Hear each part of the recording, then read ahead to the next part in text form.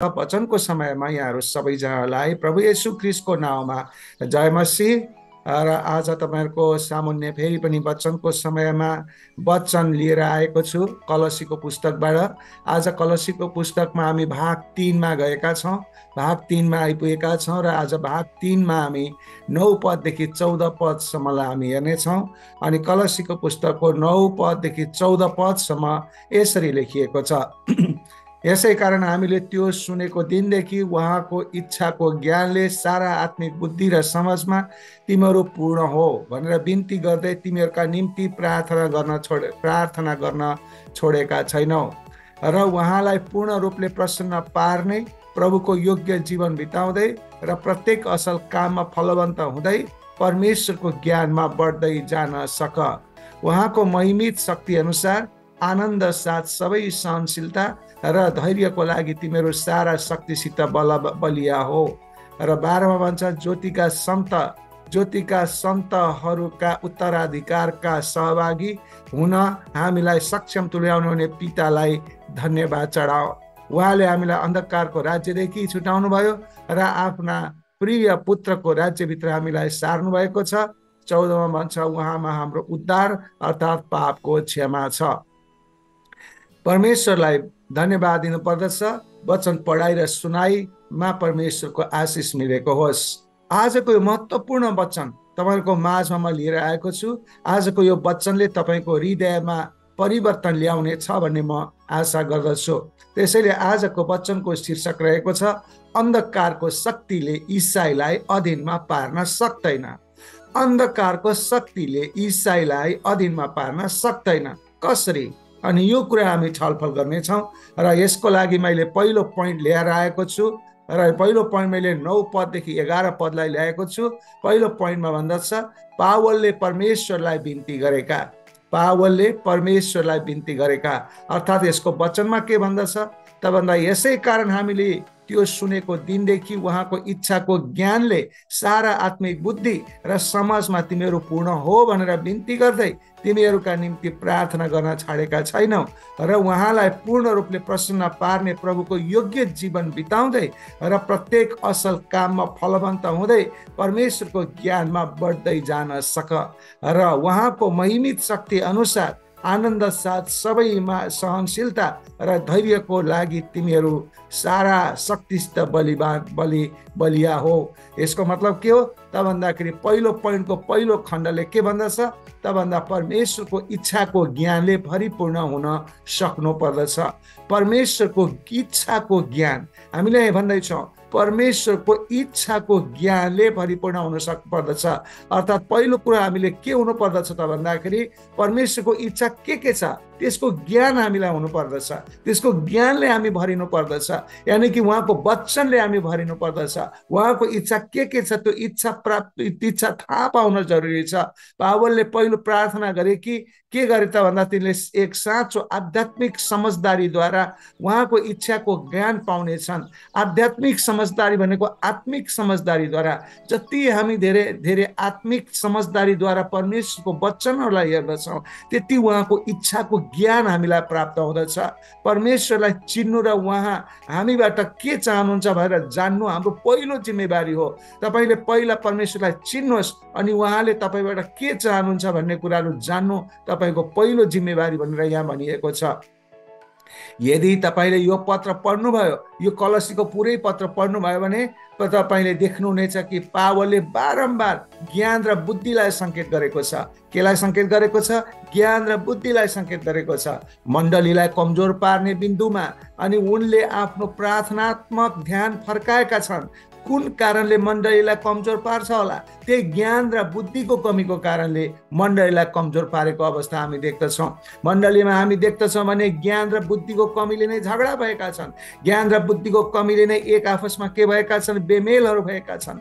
त्यसैले गर्दा परमेश्वरको ज्ञान र बुद्धिको समझदारी हामीमा हुनुपर्दछ। उहाँले के चाहनुहुन्छ र हामीले उहाँसँगको सम्बन्ध कति नजिकको बनाउन सकेका छौँ भन्ने कुराको हाम्रो प्राथमिकता हुनु जरुरी छ। पावलले तिनीहरूलाई आध्यात्मिक अज्ञानी नहुनु भनी बताएका छन्। आज तपाईँ र म पनि आध्यात्मिक रूपमा यानि कि आत्मिक रूपमा आत्मिक व्यक्तिहरू हौँ हामीहरू। हाम्रो शरीर बोकेको भए तापनि हामीहरू आत्माको व्यक्तिहरू हौँ। त्यसैले हामी पृथ्वीमा छौँ तर पृथ्वीका होइनौँ। हामी पृथ्वीमा छौँ तर परमेश्वरका हौँ, हामी स्वर्गका हौँ। हामी त्यो प्रकारले हामीले अज्ञानी हुनु हुँदैन। भनेको मतलब उहाँलाई हामीले चिन्न जरुरी छ। उहाँलाई अनि पावललाई थाहा थियो कि आध्यात्मिक अज्ञानता के हो त भन्दा आध्यात्मिक अज्ञानता त्रुटि, अस्थिरता र दुःखको निरन्तरताको स्रोत हो। भनेको मतलब तपाईँलाई दुःख कसरी आउँदछ त भन्दा आध्यात्मिक अज्ञानता तपाईँमा भयो भने तपाईँका जिन्दगीहरूमा धेरै गल्तीहरू हुनेछन्, त्रुटि हुनेछन्, तपाईँ अस्थिर व्यक्ति हुनुहुनेछ, दुःख तपाईँको लागि जीवनमा दुःख हुनेछ, यो तपाईँलाई टेन्सन हुनेछ। किनभने तपाईँलाई आध्यात्मिक अज्ञानताले तपाईँलाई घेरेको छ। त्यसकारण आध्यात्मिक ज्ञान र बुद्धिमा बढ्न हामी सक्नु पर्दछ। यसैले पावलले भन्दैछ तिनीहरूले परमेश्वरका कुरामा राम्ररी सिकाउन सकुन् भन्ने पावलले चाहेको कुराहरू यहाँ बताएको छ। भनेको मतलब आज पावलले कलसीका मानिसहरूलाई के चाहेको छ त भन्दा परमेश्वरको इच्छाको ज्ञान र बुद्धि के हो भन्ने कुरा आफूले सिक अनि अरूलाई पनि सिकाऊ भनेर चाहेको छ। आज परमेश्वरले आज त मण्डलीमा तपाईँ मण्डलीका अगुवा हुनुहुन्छ भनेदेखि तपाईँलाई पनि परमेश्वरले उहाँको ज्ञान र बुद्धिमा उहाँको इच्छा के छ त्यसको ज्ञान हासिल गर, के हो भन्ने बुझेर त्यो अरूलाई सिकाऊ र आफ्नो जीवन परिवर्तन गर भनेर परमेश्वरले भन्नुहुँदछ। जुन भनिएको थियो पहिलो पोइन्टको पहिलो खण्डमा, त्यसले गर्दाखेरि अब पहिलो पोइन्टको दोस्रो खण्डमा भनिएको छ प्रभुको योग्यको जीवन जिउनु। प्रभुको योग्यको जीवन जिउनु अर्थात् पहिलो उसले पावलले के गरेको, पहिलो प्राथमिकता केलाई दियो त परमेश्वरको ज्ञानमा भरिपूर्ण हुन सक्नु भनेर पहिलो प्राथमिकता दिएको कुराहरूमा पाउँदछौँ।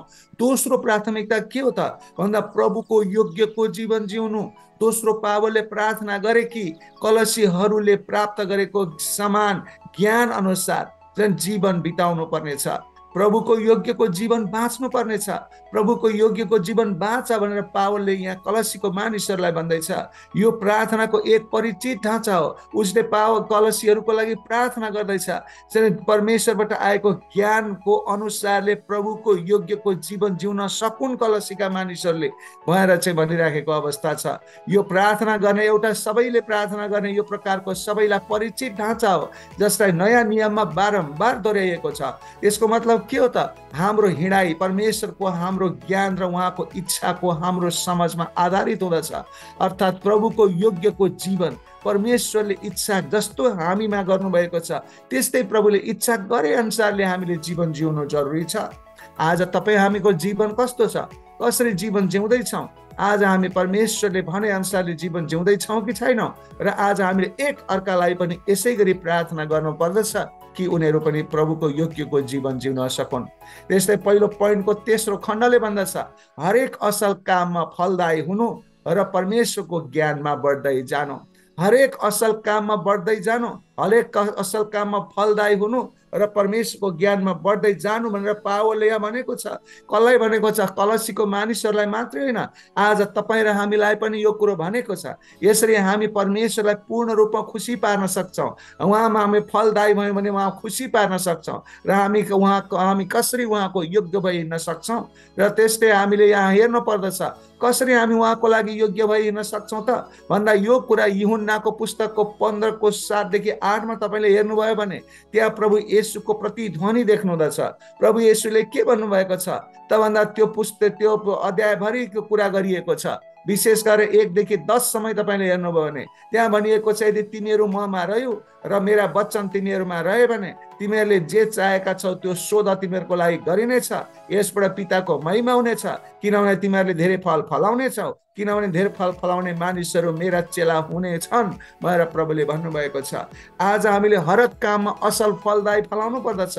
हरेक असल काममा फलदायी फल फलाउनु भनेको के हो त भन्दा चेला बनाउने काममा हामी लाग्नु पर्दछ।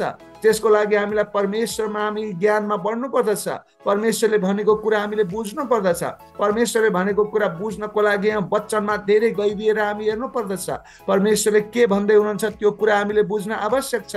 यसैले गर्दा हरेक काममा फलदायी हुनु भन्नाले यहाँ ठाउँ र दायरा प्राप्त गरिएको छ। भनेको मतलब परमेश्वरमा फलदायी हुनु भनेको के हो? हरेक असल काममा लागिरहन प्रेरित हौ भनेको के? तपाईसँग सुसमाचार गर्ने क्षमता छ?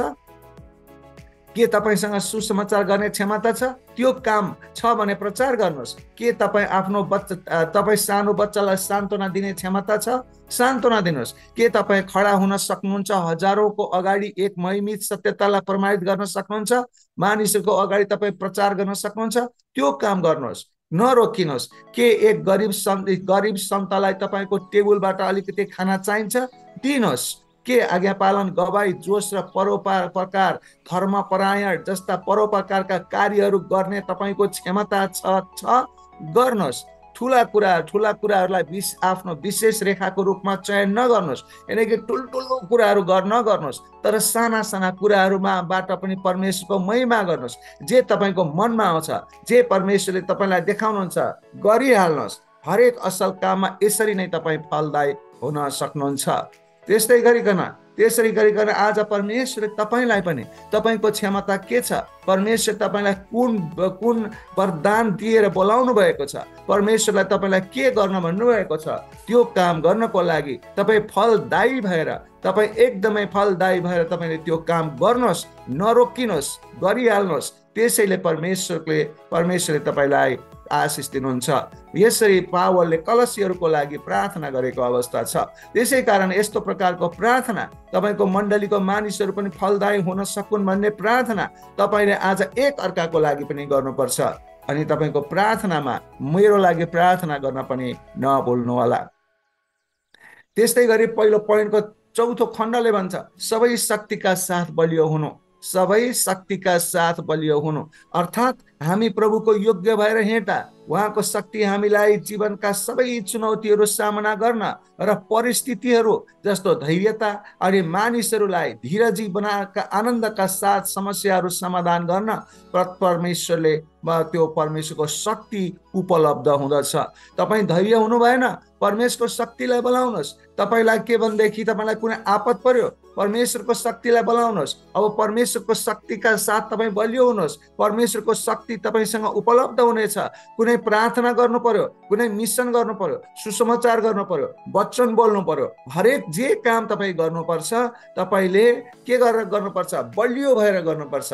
बलियो भएर गरेर के गर्नुपर्छ? कसले तपाईँलाई बलियो बनाउँछ?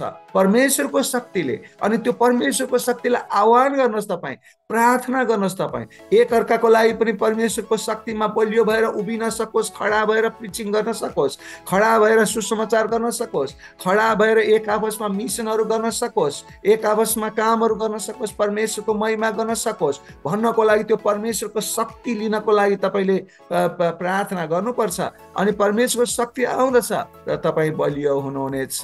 परमेश्वरलाई धन्यवाद भएको होस्। यसरी हामी परमेश्वरको ज्ञान र बुद्धिमा बढ्दै परमेश्वरको शक्तिलाई लिएर हामी बलवान भएर अगाडि बढ्नु पर्दछ। त्यस्तै गरिकन दोस्रो पोइन्टमा भनिएको छ, दोस्रो पोइन्ट मैले लिएको छु 12 पददेखि 14 पदलाई। दोस्रो पोइन्टमा भनिएको छ पावलले पितालाई विशेष धन्यवाद दिन्छन्। पावलले परमेश्वर पितालाई विशेष धन्यवाद दिँदछन्। अनि यहाँ भनिएको छ, यसरी भनिएको छ 12 देखि 14 सम्म, ज्योतिमा सन्तहरूका उत्तराधिकारीहरूका सहभागी हुन हामीलाई सक्षम तुल्याउनु हुने पितालाई धन्यवाद चढाओ। उहाँले हामीलाई अन्धकारको राज्यदेखि छुटाउनु भयो र हाम्रा प्रिय पुत्रको राज्यभित्र हामीलाई सार्नु भएको छ। उहाँमा हाम्रो उद्धार अर्थात् पापको क्षमा छ। दोस्रो पोइन्टले भनेको कुरा हामीले मनन गर्नुपर्दछ कि पावलले जसरी पितालाई विशेष प्रकारको धन्यवाद दिइरहन्छन्, हामीहरूले पनि जस्तो सुकै अवस्थामा पनि परमेश्वरलाई धन्यवाद दिइरहनु पर्दछ। हामीले एफएसीको पुस्तकमा हामीले 5 अध्यायमा हामीले हेर्यौँ भने 5 अध्यायको 19-20मा हामीले हेर्यौँ भनेदेखि त्यहाँनिर भनिएको छ जस्तो सुकै अवस्थामा पनि सधैँ परमेश्वरलाई धन्यवाद दिइरहनु पर्दछ। त्यसैले दोस्रो पोइन्टले भनेको कुरा विशेष गरी परमेश्वरलाई धन्यवाद दिनु पर्दछ। दोस्रो पोइन्टको यसले के भन्न खोजेको? दोस्रो पोइन्टको पहिलो खण्डले भन्छ हामीलाई योग्य बनाउनु हुने पितालाई धन्यवाद दिनु। हामीलाई योग्य बनाउने परमेश्वर पितालाई धन्यवाद दिनु अर्थात् ईश्वरीय प्रशासनमा पितालाई उहाँको मुक्तिको योजनाको व्यापक योजनाकारको सम्बन्धमा उल्लेख गरिएको कुरा बताइएको छ। यहाँ त्रिएकको शक्ति हुनुहुन्छ, उहाँ परमेश्वर पिता हुनुहुन्छ जसले युगको योजना गर्नुभएको छ। उहाँ सुरु हुनुहुन्छ अनि अन्त्य हुनुहुन्छ। उहाँले नै सम्पूर्ण योजना गर्नुभएको भएको छ। परमेश्वरले तपाईलाई मलाई आफ्नै स्वरूपमा बनाउनु भएको छ। हामीलाई योग्य बनाउनु भएको छ। के कुरामा योग्य बनाउनु भएको छ? हेर्नुहोस् त, तपाईँ हामी कति सजिलोसँग बोलेर एक आपसमा हामी के कुराकानी गर्न सक्छौँ। हेर्नुहोस् त, हामी परमेश्वरलाई धन्यवाद दिन सक्छौँ। मानव जातिले परमेश्वरलाई धन्यवाद कसरी राम्रोसँग दिइरहेको अवस्था छ, दिन सक्छ। त्यस्तै गरिकन मानिसलाई अरू सम्पूर्ण सृष्टिहरू भन्दा मानिसलाई उच्च स्तरको सृष्टिमा परमेश्वरले बनाउनु भएको छ। परमेश्वरले हामीलाई हरेक काम गर्न बुद्धि, ज्ञान, विवेक दिनुभएको छ। अनि यस सम्पूर्ण योग्य बनाउने हाम्रो परमेश्वर पिता हुनुहुन्छ। तपाईँ हामी मानिसहरूलाई परमेश्वरले सास फेर्न अक्सिजन दिनुभएको छ। हिजो अस्ति म भन्दै थिएँ कि एकजना मानिस, तपाईँ मानिलो बिरामी हुनुभयो कोही भने, तपाईँ आइसियुमा भर्ना हुनुभयो भनेदेखि, तपाईँ एक हप्ता आइसियुमा भर्ना हुनुभयो भने तपाईँको 10 लाख जान्छ, 10 लाख पैसा जान्छ। आइसियुमा चाहिँ गर्छ चाहिँ के? आइसियुमा त केही गर्दैन। किन धेरै पैसा? किनभने आइसियुमा तपाईँलाई खाली के गर्छ? मिसिनमा राखेर अक्सिजन मात्रै दिन्छ। अनि अक्सिजनको 7 दिनको अक्सिजनको 10 लाख भनेपछि तपाईँ अहिले जन्मेको अहिले तपाईँ 50 वर्षको हुनुभयो भने 50 वर्षसम्म तपाईँले आइसियुमा बसेर अक्सिजन खानुपर्ने हो भने कति लाख जान्थ्यो होला? के तपाईँको घर खेत्ने पुग्थ्यो? तर परमेश्वरले तपाईँलाई सित्तैमा दिनुभएको छ। परमेश्वर तपाईँलाई योग्यको बनाउनु भएको छ यस पृथ्वीमा रहनको लागि। कस्ता सुख र सुविधाहरू परमेश्वरले दिनुभएको छ, यसको लागि परमेश्वरलाई धन्यवाद दिनुपर्दछ। हालेलुया। त्यस्तै गरी दोस्रो पोइन्टको दोस्रो खण्डले भन्दछ, सन्तहरूका उत्तराधिकारीहरूको साझेदार बन्नु। अर्थात् सन्तहरूका उत्तराधिकारीको साझेदार बन्नु भनेको के हो? सबैभन्दा हामीले विचार गरौँ। परमेश्वर पिताले अब्राहमसँग करार गर्नुभयो भनेपछि परमेश्वर पिताको उत्तराधिकारी को भयो? अब्राहम भयो। अब्राहमद्वारा परमेश्वरले इसाकलाई उत्तराधिकारी, उनीहरू सन्तहरू भए। परमेश्वरले अब्राहमलाई सन्त बनाउनु भयो, इसाक सन्त भए। त्यसपछि उसको उत्तराधिकारी के भयो त भन्दा याकुब भए। त्यसपछि याकुबको उत्तराधिकारी हामीले योभन्दा अगाडि हामीले उत्पत्ति पुस्तकमा हेरेछौँ 12 कुलमा गयो भनेपछि त्यो उत्तराधिकारी, ती सन्तहरूको उत्तराधिकारी परमेश्वरको प्रतिज्ञा सर्दै गयो। हो त्यो उनीहरूसँगको जुन परमेश्वरको उत्तराधिकारिता अथवा परमेश्वरको प्रतिज्ञा जसरी अब्राहमबाट इसाकबाट याकुबबाट इजरायल हुँदै यसरी सर्दै आएको कुराहरू छ, त्यही परमेश्वरको उत्तराधिकारीमा साझेदार हामी पनि हुनुपर्दछ। किनभने जब हामीले परमेश्वरलाई बाबा भनेका छौँ, प्रभु येशूलाई पिता भनेका छौँ, परमेश्वर पिता भनेका छौँ, हामी यदि उहाँलाई पिता भन्छौँ भने साँच्चै नै उहाँको वचन हामी पालना गर्छौँ भने उहाँका हामी पुत्र पुत्रीहरू हौँ, उहाँका हामी सन्तानहरू हौँ। यदि उहाँका सन्तानहरू हौँ भने उहाँको उत्तराधिकारमा हामी पनि साझेदार हुन्छौँ।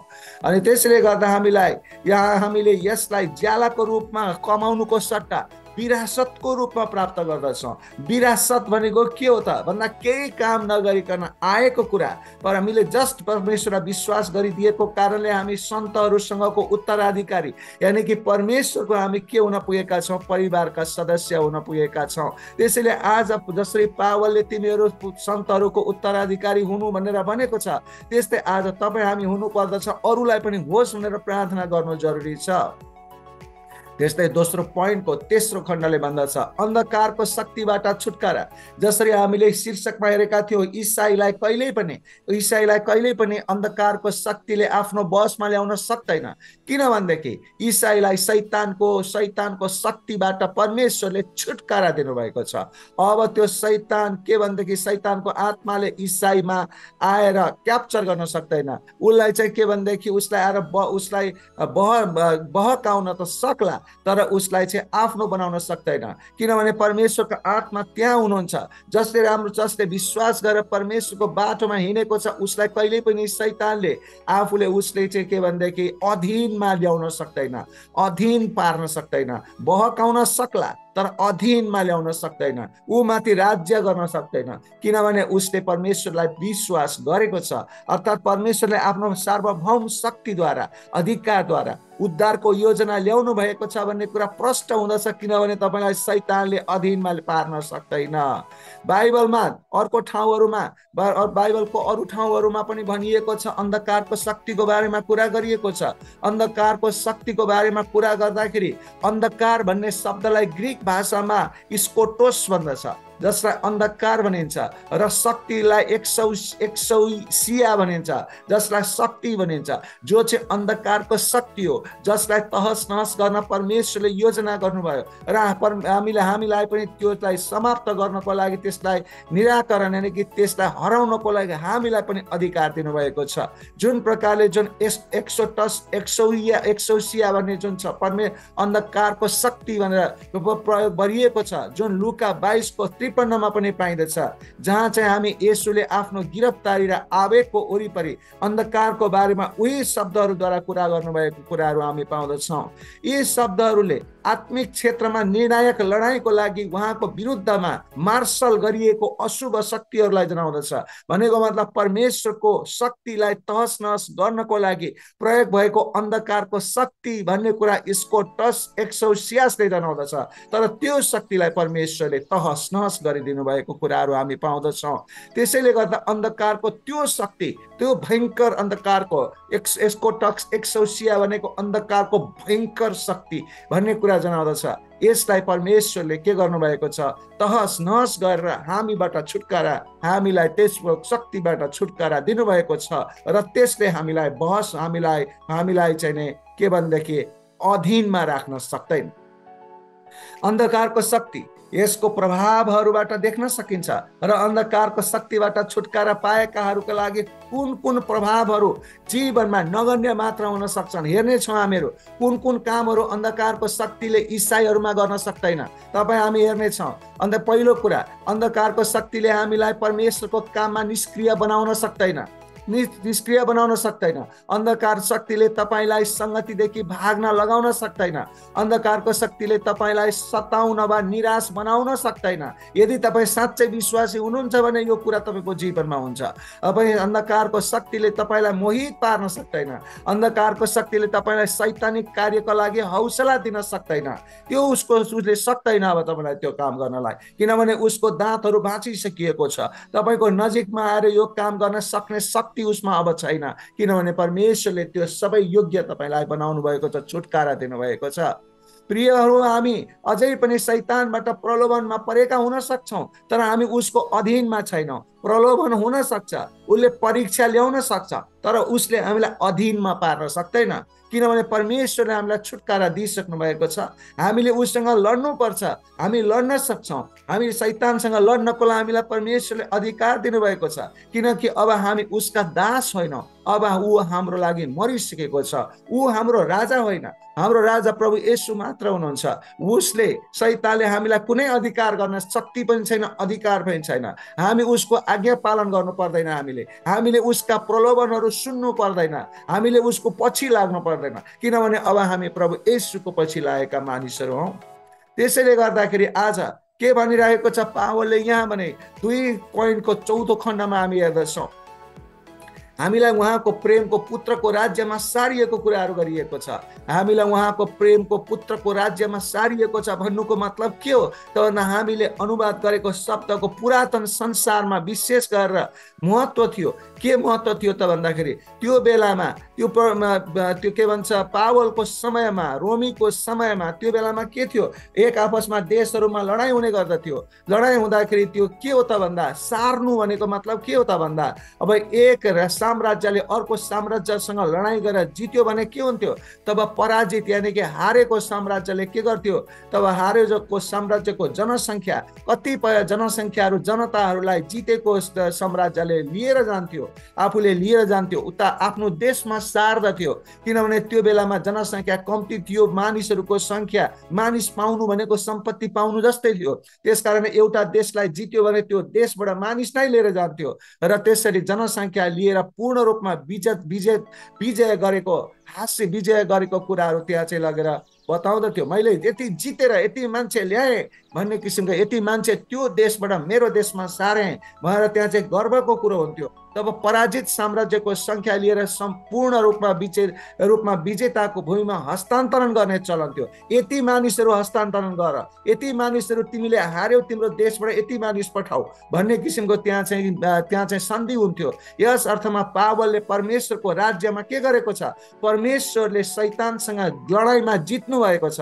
त्यसै गरेर हामीले पूर्ण रूपमा जितेको हुनाले हामीलाई पूर्ण रूपमा परमेश्वरको राज्यमा हामीलाई सार्नु भएको छ। हामीसँग भएका सबै कुरा हामी अहिले छौँ, सबै उहाँकै हौँ। हामी उहाँकै राज्यमा हामी सरिसकेका थियौँ। पहिला हामी शैतानको राज्यमा थियौँ। शैतान र परमेश्वरको बिचमा लडाइँ भयो। लडाइँ भइसकेपछि प्रभु येशूले जित्नु भयो। जितिसकेपछि प्रभु येशूले के गर्नुभयो त भन्दाखेरि अब जितिसकेपछि ती मानिसहरू मेरा हुन् भनेर परमेश्वरले हामीलाई उहाँको बनाउनु भयो। उहाँको प्रेमको पुत्र भन्नाले शब्दमा हिब्रूमा के भनिएको छ? उहाँको प्रेमको पुत्र भन्ने शब्द यहाँ प्रयोग गरिएको छ। यसको मतलब परमेश्वरको प्यारो पुत्र भनेर व्याख्या गरिएको छ। उहाँको प्रेमको पुत्र भनेको के हो? उहाँको परमेश्वरको प्यारो पुत्र हो। त्यसैले हामीलाई उहाँले प्रेमको पुत्रको राज्यमा सार्नु भएको छ।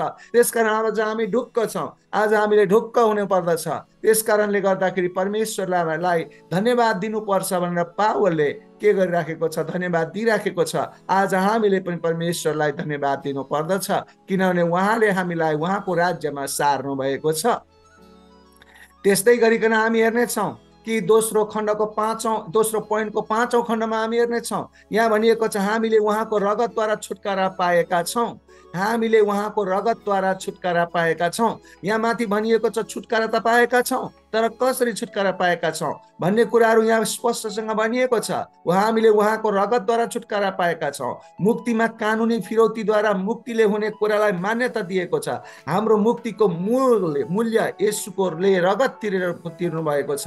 भन्नुको मतलब के हो त भन्दा कुनै ठाउँमा त्यसरी विजेता हासिल गर्यो भने के गर्नु पर्दछ त? फिरौती दिनु पर्दछ। फिरौती दिनु पर्दछ भनेको मतलब त्यहाँ मूल्य तिर्नु पर्दछ। हामीलाई परमेश्वरले मूल्य तिरेर आफ्नो ठाउँमा सार्नु भएको छ। त्यो मूल्य रुपैयाँ पैसा होइन, सुन चाँदी होइन। ती रुपैयाँ पैसा सुन चाँदीको त मूल्य केही पनि छैन। तर प्रभु येशूले आफ्नो रगत बगाउनु भयो। पवित्र रगत बगाएर उहाँको पवित्र रगतको मूल्य कति हो? उहाँको मूल्य कसले पनि गर्न सक्दैन। त्यस्तो मूल्य, त्यस्तो ठुलो मूल्य उहाँले तिरेर हामीहरूलाई आफ्नो बनाउनु भएको कुराहरू यहाँ गरिएको छ र उहाँले आफ्नो रगतद्वारा हामीलाई छुटकारा दिनुभएको कारणले गर्दा आज हामी स्वतन्त्र जीवन जिउँदछौँ। भन्नुको मतलब यो एउटा कारण हो कि येशूको रगतको बिन्ती गर्नु भनेको सही अर्थमा के हो त भन्दा यो जादुई वा अन्धविश्वासको अर्थमा होइन। आध्यात्मिक युद्धमा यति ठुलो महत्त्व छ यसको कि यसले उद्धार गरिएको व्यक्तिको रूपमा आफ्नो कानुनी खरिदको रसिद देखाउँदछ। त्यो रसिद आज तपाईँलाई र मलाई परमेश्वरले दिनुभएको छ। त्यो रसिद तपाईँले भन्न सक्नु पर्दछ कि तिमी चाहिँ शैतानको होइन येशूको भन्ने कुरा के प्रमाण छ भन्दा तपाईँले रसिद देखाउनु पर्दछ। तपाईँको रसिद भनेको तपाईँको विश्वास हो। तपाईँलाई परमेश्वरको रगतले तपाईँलाई किनिसकेको छ। त्यसकारण त्यो परमेश्वरको रगतले किनेको कारणले तपाईँको हृदयमा आएको पवित्र आत्मा नै तपाईँको रसिद हो, साक्षी हो। त्यो रसिद हुनु पर्दछ तपाईँसँग, यानि कि तपाईँसँग विश्वास हुनुपर्छ। यो कारणले म शैतानको अन्डरमा छैन, यानि कि मेरो राजा शैतान होइन, मेरो राजा प्रभु येशू भन्ने कुरा, म येशूको हुँ भन्ने कुरा रसिद, विश्वासको रसिद तपाईँले देखाउन सक्नु पर्दछ। र त्यस्तै गरी धर्मशास्त्रको एउटा ठुलो टाँसिएको प्रश्न यो हो कि मूल्य कसलाई तिर्नुभयो त? प्रभु येशूले कसलाई मूल्य तिरेर अब हामीलाई उहाँमा छुटाउनु भयो त? कसैले परमेश्वरलाई फिरौती मोल येशूले तिरेको भन्छन्, तर हामी शैतानको राज्यमा कैदी थियौँ त परमेश्वरलाई किन तिर्नु? अनि अरूले कसैले भन्छ शैतानलाई नै तिरेर हामीलाई किनेको भन्छन्, तर परमेश्वरले शैतानलाई कुनै चिज किन नै दिनुपर्छ र? दिनु नै पर्दैन। तर के भनेदेखि शैतानको कब्जाबाट हामीलाई छुटाउनको लागि परमेश्वरले रगत बगाउनु भयो र यो कसैलाई फिरौती तिरेको होइन, तर हाम्रो लागि फिरौती तिरेको हो। त्यसकारण परमेश्वरलाई हामी धन्यवाद दिँदछौँ। र अन्त्यमा दोस्रो पोइन्टको 6औं खण्डमा भन्दछ पापको क्षमा भनेर माथि भनिएको छ वचनमा। यो शब्द क्षमालाई अनुवाद गरिएको पुरातन ग्रीक भाषामा यसलाई के भन्दछ? अफेसिस भनेर भन्दछ। अफेसिस भनेर भन्दछ, जसलाई सबैभन्दा शाब्दिक रूपमा भनेर क्षमा भनेको, पापको क्षमा भनेको अफेसिस भनेर ग्रीक भाषामा भन्नुको अर्थ के हो? विदेश पठाउने भनेको, विदेश पठाउने भनेर अनुवाद गरिएको छ। यसको मतलब के हो त? पापको क्षमा भनेको अफेसिस भनेको विदेश पठाउने भनेको के हो त भन्दाखेरि एउटा देशबाट अर्को देशमा लाने, नराम्रो देशबाट राम्रो देशमा लाने, त्यहाँ चाहिँ कमाउन सकोस्, आनन्द हुन सकोस्। आज हाम्रो विदेशी हाम्रो नेपालीहरू किन विदेशमा जान्छन्? कमाउन सकौँ, राम्रो छ भनेर जान्छन्। अनि त्यहाँबाट के हुन्छ, यहाँ विदेश जाँदा के हुन्छ, नेपाल छुटेर त्यहाँ जान्छन्, नेपालबाट छुटेका हुन्छन् उनीहरू। त्यस्तै गरी अफेसिस भन्ने बित्तिकै के हो त, परमेश्वरले हामीलाई शैतानको देशबाट एकदम राम्रो देशमा पठाउनु भएको कुरालाई पापको क्षमा अथवा अफेसिस भनिन्छ। र यसुले हाम्रो लागि क्रुसमा जे गर्नुभयो त्यसमा परमेश्वरले हाम्रो लागि गर्नुभयो। त्यसको कारणले गर्दा हाम्रो पापको दोष हट्यो। त्यसको कारणले गर्दा हामीहरूलाई के भयो त भन्दा उहाँले के भन्दा मूल्य चुकाउनु भयो। मूल्य चुकाइसकेपछि हामीहरू विदेश जानको लागि तयारी अवस्थामा भयौँ। भन्नुको मतलब अफेसिस भयो हामीलाई। हामीले जुन प्रकारको अन्धकारमा थियौँ त्यो अन्धकारबाट अब हामी उज्यालोमा सरेका छौँ। किनभने पहिला हामी अन्धकारबाट निस्किन सक्दैनथ्यौँ, हामीलाई बाँधेको थियो। अनि त्यो बन्धन फुकाल्नको लागि परमेश्वरले जुन बन्धन फुकाल्नलाई मूल्य तिर्नुभयो, मूल्य तिरिसकेपछि परमेश्वरले भन्नुभयो अब यी मेरा मानिसहरू हुन्, अब यिनीहरूलाई अफेसिस गर्छु भनेपछि म अब यिनीहरूलाई विदेश पठाउँछु, अब यिनीहरूलाई राम्रो ठाउँमा पठाउँछु भनेर परमेश्वरले यसै पठाउनु भएको कुरा। किनभने अब यिनीहरूको जे दोष छ त्यो दोषलाई मैले मेटिदिएँ, अब म राम्रो ठाउँमा लान्छु भनेर भन्ने कुरालाई पापको क्षमा भन्दछ। जब तपाईँलाई पापको क्षमा परमेश्वरले गर्नुभएको छ भने तपाईँ विश्वास गर्नुहुन्छ भने तपाईँले यो विचार गर्नुहोस् कि मलाई अन्धकारको शक्तिको देशबाट अथवा अन्धकारको शक्तिको डोमिनबाट अथवा अन्धकारको शक्तिको चाहिँ के भने क्याप्चरबाट, बन्धनबाट मलाई स्वतन्त्र गरेर एउटा चाहिँ के भने असल ठाउँ, असल देशमा लगेर राख्नु भएको छ, असल ठाउँमा लगेर राख्नु भएको छ भन्ने कुरा तपाईँले बुझ्नु पर्दछ। यसले हामीबाट हाम्रा पापहरू हटाउने कुरा गर्दछ। अफेसिसले हामीसँग लागेको फोहोर कुराहरू हटाएर सफा गरेर राम्रो पारेर राम्रो ठाउँमा राखेको कुरा गर्दछ, ताकि तिनीहरू अब हामीलाई परमेश्वरबाट अलग गर्ने बाधाहरू ल्याउन सक्ने छैनन्। यानि कि हामी जुन प्रकारले अन्धकारको शक्तिको बन्धनमा थियौँ, परमेश्वरले हामीलाई अफेसिस गर्नुभयो। अफेसिस यानि कि पापको क्षमा गर्नुभयो, धुनुभयो, पखाल्नुभयो, सफा गर्नुभयो, लागेका फोहोर मैलाहरू सबै सफा गरेर अब हामीलाई राम्रो ठाउँमा लगेर राख्नुभयो। यसको मतलब हामी अन्धकारको शक्तिको देशमा अब छैनौँ। अब हामी के छौँ? परमेश्वरको पवित्र देशमा छौँ, पवित्र परमेश्वरसँग छौँ। पहिला हाम्रो राजा शैतान थियो, अहिले हाम्रो राजा येशू हुनुहुन्छ। हामी येशूका अन्तर्गतका चेलाहरू नपायौँ त्यो अफेसिस गरेको कारणले, पापको क्षमा गरेको कारणले। त्यसैले गर्दाखेरि आज हामी शैतानको अन्तर्गतमा नरहेर परमेश्वरको अन्तर्गतमा छौँ, परमेश्वरको अन्डरमा छौँ। त्यसैले आजको वचनबाट हामीले के सिकेका छौँ? अन्धकारको शक्तिले ईसाई जसले राम्रोसँग विश्वास गरेको छ, अन्धकारको शक्तिले ईसाईलाई कहिल्यै पनि अधीनमा पार्न सक्दैन, किनभने परमेश्वरले अफेसिस गर्नुभएको छ। हुन्छ, परमेश्वरको वचन सुनाइमा र भनाइमा परमेश्वरले आशिष दिनुभएको छ। अनि यस्तो प्रकारको वचन आज अचम्मले र तपाईँको र मेरो जीवन परिवर्तन गर्नलाई काफी छ।